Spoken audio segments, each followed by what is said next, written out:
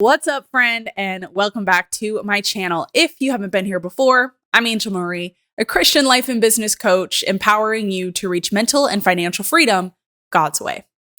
In today's video, I specifically want to dive into a question that many of us have had at some point in our life, or maybe are currently having that question right here, right now.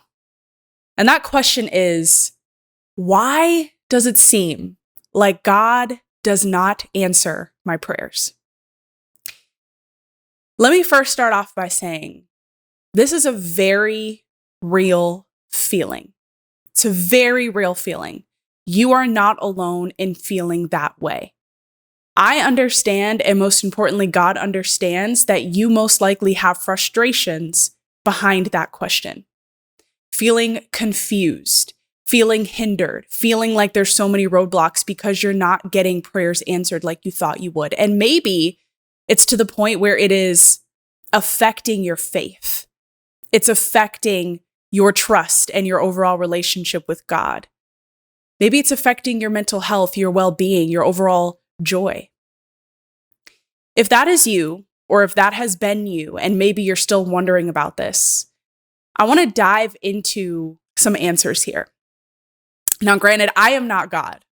Of course, I am not God. I don't know the exact specific reason as to why God might not be answering your prayers in the season that you are in, because you're a unique individual. Only God knows you fully through and through.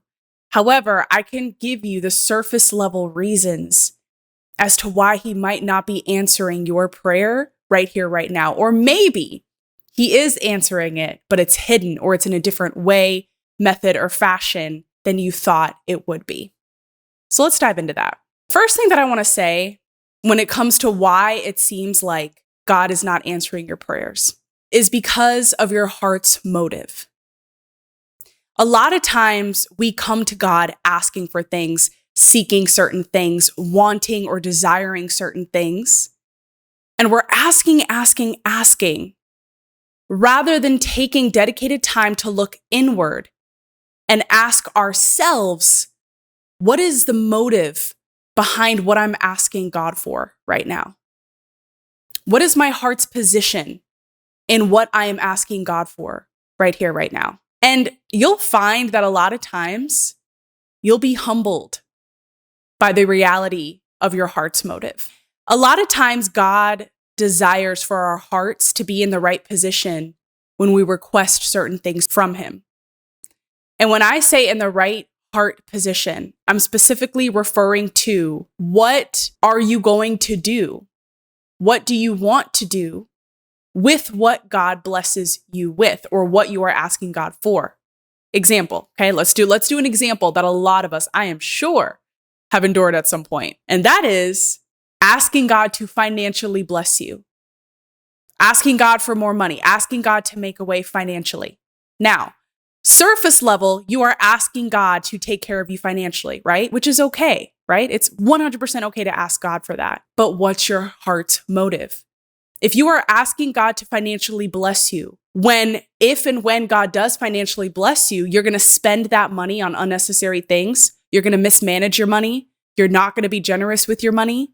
You might put it towards unwise investments that maybe you thought were wise. Maybe you're going to use that money for selfish ambitions without even realizing it. It's really important to understand your heart's motive. Now, sometimes it's difficult to know what your heart's motive is at that time. Like, it might feel very genuine and nothing selfish about it. However, God knows. He knows you.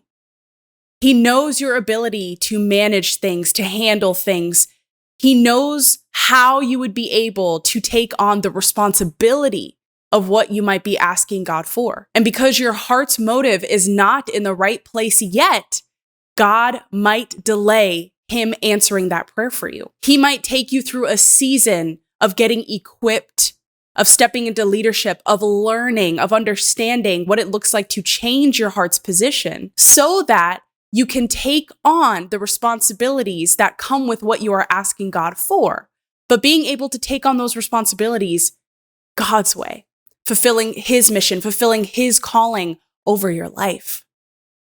So that could be one reason.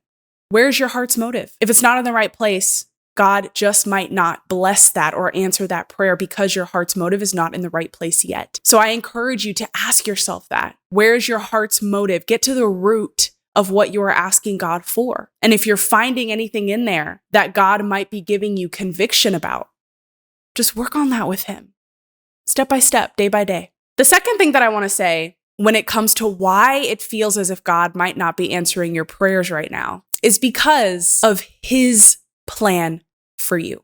A lot of times, without even realizing it, we want to steal the steering wheel away from God. We want control. We want to know where we're going. We want to make sure that we're going to be in the future that we desire for us to be in.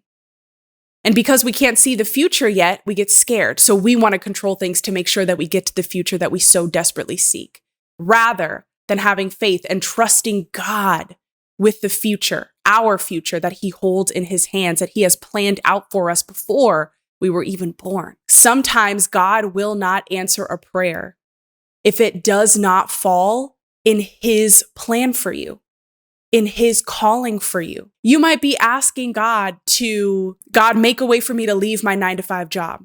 I hate this job. God, make a way for me to get a new job, make a way for me to start my own business so I can be my own boss. He very well could bless that. But there might be times where he doesn't yet, because there are things within that current job that still need to take place, whether it's development within you, whether it's a learning lesson, whether it's developing patience and endurance, anything like that, that has to do with God's plan for you. Or maybe God is like, hey, if you jump ship right now, if you leave your job right now and try to apply to all these different places, all of those different places you're applying to are not for you. A year from now, I have an incredible job lined up that you're not even going to have to apply for if you would just wait and be patient. And that's just an example. Sometimes what we're praying for might not be in alignment with God's plan for us. And believe me when I say his plan is so beyond beautiful for you. It is better than you could ever imagine. The Bible specifically says that God has plans to prosper you, to give you hope and a future. But we have to trust that. We have to allow God to take control of that rather than us trying to steal that steering wheel away from God. I encourage you to take the time to learn what it looks like to trust God and his plans for you. If you've been praying and praying over something and it seems like God is not answering that prayer, have joy anyway. Learn to find contentment anyway. Learn to say, God, I want you to bless this. I want this so bad. But you know what? Even if you don't, even if this doesn't happen, I trust you. I know that what is for me is for me. I know that you have a plan for me, and I'm going to trust that plan, whatever it is. In that prayer intimacy, in that way of praying, you're kind of going back to the first point that I mentioned. Because now, instead of just asking God and getting frustrated when he doesn't answer it or when he doesn't give you that, now you're saying, well, even if you don't, I still love you. I still trust you. I still believe in you. I still know that your plan is better than mine. And God, if this doesn't happen, if this doesn't work, then man, that must mean that an open door in the future is coming. That's it. Heart's motive. Will you still praise, be joyful, and be content based off of God's plan for you, even if it doesn't align with the plan that you've created for yourself? The third thing that I want to say as to why God might not be answering your prayer right now is because you're not ready for it. That's okay. You're not ready for it. Like I mentioned earlier, God knows you better than you know yourself. He knows you better than anyone could ever know you. He knows what you're ready for. He knows the responsibilities you can handle. He knows what you're going to be able to manage well without burning out, without it affecting your well-being, without it affecting your relationship with God. He knows you. He knows the skill sets you have. He knows how prepared you actually are. He knows. So the trick there is that although God knows, we might not know that. Like many times we think we're ready. We think that we're capable of managing whatever responsibility or whatever blessing we're asking God for. We think that. But deep down, God might be like, not yet. you're not ready yet. God still might need to teach you, to shape you, to equip you, to bring lessons your way so that you can strengthen, so that you can build skill sets in order to take on the responsibilities that come with what you are asking for. It's not that you'll never be ready. It's just that maybe not yet. You're not ready yet. And this is a big, big realization of the importance of trusting his timing